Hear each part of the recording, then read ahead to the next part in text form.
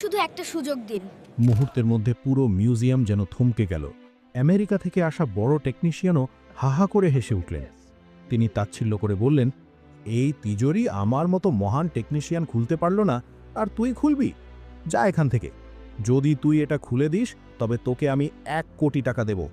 পুরো মিউজিয়াম হাসিতে ফেটে পড়ল। চারদিকে ক্যামেরা ঝলসে উঠল, আর মাঝখানে দাঁড়িয়েছিল ছিঁড়ে যাওয়া নোংরা পোশাক পরা এক রোগা দরিদ্র কিশোর। এই সিন্দুকটি কোনো সাধারণ সিন্দুক ছিল না। 5 বছর আগে এক পুরনো ধ্বংসাবশেষ থেকে এটি উদ্ধার করা হয়েছিল। বলা হতো যে এর ভেতরে কোনো প্রাচীন রাজার গুপ্তধন আছে। কিন্তু সমস্যা ছিল একটাই, সিন্দুকটি কিছুতেই খোলা যাচ্ছিল না। আধুনিক সব মেশিন হার মেনেছিল। লেজার, ড্রিল, এক্স-রে সব বেকার। শেষমেশ আমেরিকা থেকে এক স্পেশাল টেকনিশিয়ানকে ডাকা হয়েছিল, কিন্তু তিনিও এটি খুলতে ব্যর্থ হলেন।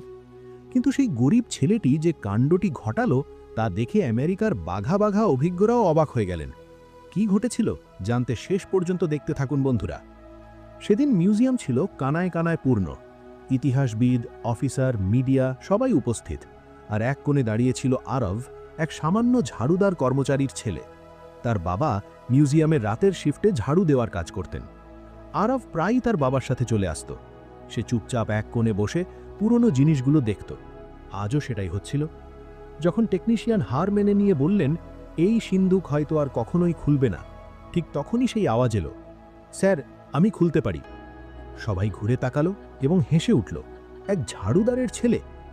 গার্ডরা তাকে সরাতে এলো, কিন্তু ছেলেটার চোখে কোনো ভয় ছিল না, ছিল কেবল আত্মবিশ্বাস। যে হলে কয়েক সেকেন্ড আগেও ক্যামেরার ফ্ল্যাশ জ্বলছিল, মানুষ হাসাহাসি করছিল, বিদেশি এক্সপার্ট ইংরেজিতে কিছু বোঝাচ্ছিলেন, হঠাৎ সেখানে পিন পতন নিস্তব্ধতা নেমে এলো। সবার নজর ঘুরে গেল একদিকে। সেখানে দাঁড়িয়েছিল ফাটা পোশাক আর ক্ষয়ে যাওয়া চটি পরা এক দুবলা পাতলা গরিব বাচ্চা। বয়স মেরে কেটে 13-14 হবে। রোদে পোড়া চেহারা, উস্কো খুস্কো চুল, কিন্তু তার চোখ দুটো ছিল একদম স্থির। আমেরিকা থেকে আসা সেই বড় টেকনিশিয়ান, যিনি এইমাত্র খুব কনফিডেন্সের সাথে ঘোষণা করেছিলেন যে এই সিন্দুক আর কখনোই খুলবে না, তিনি প্রথমে চমকে গেলেন। তারপর তার মুখে বিদ্রূপের হাসি ফুটে উঠল। গলায় ঝোলানো নিজের দামি আইডি কার্ডটা আঙুলে ঘোরাতে ঘোরাতে তিনি বললেন, এটা আমার মতো মহান টেকনিশিয়ান খুলতে পারল না, আর তুই এটা কি খুলবি রে? ভিড়ের মধ্যে হালকা হাসির গুঞ্জন ছড়িয়ে পড়ল। কিছু সাংবাদিক তাদের ক্যামেরা ছেলেটার দিকে ঘুরিয়ে দিলেন, যেন নতুন কোনো তামাশা শুরু হতে যাচ্ছে। কিছু অফিসার বিরক্ত হয়ে বিড়বিড় করে উঠলেন, সিকিউরিটি কোথায়? এই বাচ্চাকে এখানে কে ঢুকতে দিল? গার্ডরা তাকে সরানোর জন্য এগিয়ে গেল, কিন্তু বাচ্চাটি নিজের জায়গা থেকে নড়ল না। তার গলার স্বর কাঁপছিল না। সে আবার বলল, স্যার, যদি আপনারা আমাকে একটা সুযোগ দেন, আমি এই তালা খুলতে পারি। যদি না খুলতে পারি তবে আমাকে বের করে দেবেন, কিন্তু একবার অন্তত চেষ্টা তো করতে দিন। একজন অফিসার রেগে গিয়ে বললেন, এটা কোনো খেলা নয়, এটা জাতীয় সম্পদ। 5 বছর ধরে সারা বিশ্বের এক্সপার্টরা এর পেছনে লেগে আছে। এই বাচ্চা আর কি করবে? কিন্তু আমেরিকান টেকনিশিয়ান হয়তো এই পুরো দৃশ্যে মজা পাচ্ছিলেন। তিনি হেসে এগিয়ে এলেন, ছেলেটির কাঁধে হালকা চাপড় দিয়ে বললেন, চল ঠিক আছে হিরো, একটা কাজ করি। যদি তুই এটা খুলে দিস তবে আমি তোকে 1 কোটি টাকা দেব। 1 কোটি, ক্যাশ নয়, চেকে দেব, ঠিক আছে? তিনি হেসে হেসে পেছনে ঘুরে জনতার দিকে তাকালেন, যেন কোনো সার্কাসের খেলা শুরু করতে যাচ্ছেন। হাসির স্বর আরও জোরে গর্জে উঠল। আরও কিছু মোবাইল ক্যামেরা উঠে গেল। কেউ ফিসফিস করে বলল, যদি খুলে দেয় পরে বলে দেবে মজা ছিল। কেউ বলল, চলো দেখি বাচ্চাটা কি নাটক করে। হলের ঠিক মাঝখানে মোটা লোহার রেলিংয়ের পেছনে এক বিশাল কালো ধাতব সিন্দুক রাখা ছিল। চারদিকে লাল ভেলভেটের দড়ি, সিকিউরিটি গার্ড, সিসিটিভি ক্যামেরা।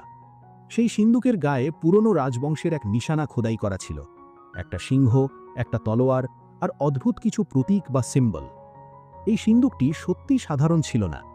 5 বছর আগে শহর থেকে দূরে এক পুরনো ধ্বংসাপ্রায় প্রাসাদের খনন কার্যের সময় শ্রমিকরা মাটির নিচ থেকে এই ভারী লোহার বাক্সটি পেয়েছিল। এর চারদিকে পাথরের দেওয়াল এমনভাবে গাঁথা ছিল যেন কেউ ইচ্ছে করে এটাকে লুকিয়ে রেখেছিল। যখন ক্রেন দিয়ে সেটাকে তুলে বাইরে আনা হলো, তার ওজন দেখে সবাই দঙ্গ হয়ে গিয়েছিল। পুরনো নথিপত্র থেকে জানা গিয়েছিল যে এটি কোনো প্রাচীন রাজার গুপ্ত সিন্দুক হতে পারে, যার ভেতরে হয়তো গুপ্ত ধন আছে অথবা কোনো গোপন রহস্য। সেটিকে শহরের এই মিউজিয়ামে আনা হয়েছিল। সরকার ঘোষণা করেছিল যে সিন্দুকটি বৈজ্ঞানিক পদ্ধতিতে খোলা হবে, ভাঙচুর করে নয়। ভেতরে যাই থাকুক তা ইতিহাসের সম্পদ।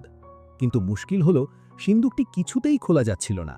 এতে কোনো সাধারণ চাবির ছিদ্র ছিল না, কোনো কোড দেওয়া ডায়াল ছিল না কোনো ইলেকট্রনিক প্যানেল। বাইরে থেকে দেখা যেত কেবল মোটা কালো ধাতু আর কিছু অদ্ভুত খোদাই করা সিম্বল বা চিহ্ন।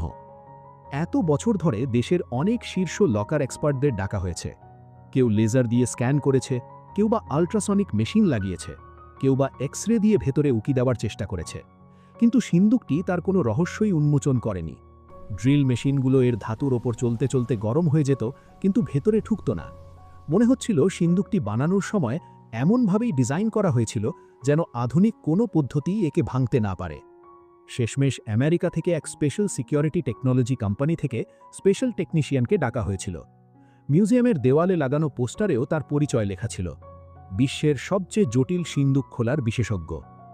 আজও তিনি ফ্লাইটে করে এসে মিডিয়ার সামনে এই সিন্দুক খোলার চেষ্টা করছিলেন। তিনিও মেশিন লাগালেন, সেন্সর লাগালেন, ভাইব্রেশন অ্যানালিসিস করলেন, কিন্তু ঘণ্টার পর ঘণ্টা পরিশ্রমের পর তিনিও হার মেনে নিলেন। তিনি মাইক হাতে নিয়ে বললেন, এই সিন্দুক হয়তো আর কখনোই খুলবে না। আসল চাবি বা গোপন জ্ঞান ছাড়া এটি খোলা প্রায় অসম্ভব। এই অসম্ভব মুহূর্তের মাঝেই কোণে দাঁড়িয়ে থাকা ছেলেটি এগিয়ে এলো। তার নাম আরব। সে মিউজিয়ামের কোনো কর্মচারী ছিল না, কোনো দর্শনার্থীর সাথেও আসেনি। সে ছিল ঝাড়ুদার মোহনের ছেলে, যে এই মিউজিয়ামে রাতের বেলায় পরিষ্কার পরিচ্ছন্নতার কাজ করতেন। যখন সবাই চলে যেত তখন মোহন ঝাড়ু, মপ আর ডাস্টবিন নিয়ে প্রতিটা হলে ঘুরে বেড়াতেন। অনেক সময় রাতে ফিরতে দেরি হলে আরবও তার সাথে আসত, কারণ বাড়িতে একা থাকতে তার ভালো লাগত না। ছোটবেলা থেকেই আরব এই মিউজিয়ামের দেওয়াল, মূর্তি, পুরনো তলোয়ার, মুদ্রা আর ছবিগুলোকে অন্য নজরে দেখত। যখন তার বাবা ঝাড়ু দিতেন, সে কোণে বসে পুরনো জিনিসগুলোর গায়ে লেখা ছোট ছোট বোর্ড পড়ার চেষ্টা করত। মাঝে মাঝে গার্ডরা তাকে ধমক দিত, এসব ছোবে না। কিন্তু তার চোখ প্রতিটি জিনিসকে একজন পর্যবেক্ষকের মতো দেখত। প্যাটার্ন, সিম্বল, শেপ, তালা, কবজা।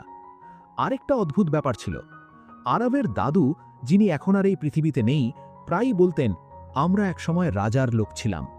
ছোটবেলায় আরবের কাছেই সব কথা গল্পের মতো লাগত, যেন দাদু ফালতু বড়াই করছেন।